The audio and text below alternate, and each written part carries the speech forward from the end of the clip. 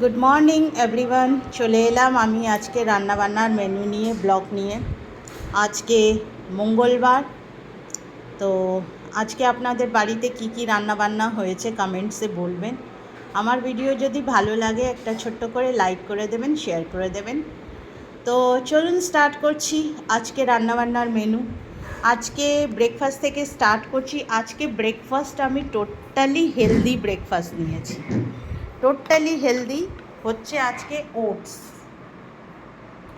ওটসের মধ্যে অনেক রকমের ভেজিটেবল দেওয়া হয়েছে,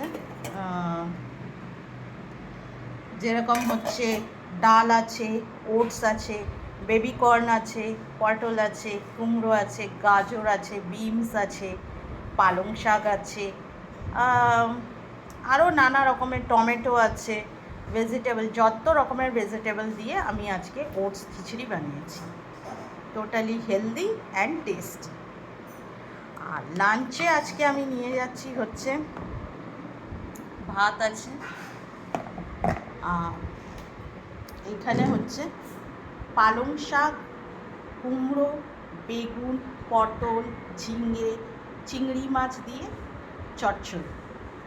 এই আজকে আমার মেনু। আর রাতেও এই দিয়েই খাওয়া হবে, এই আছে আর ভাত আছে।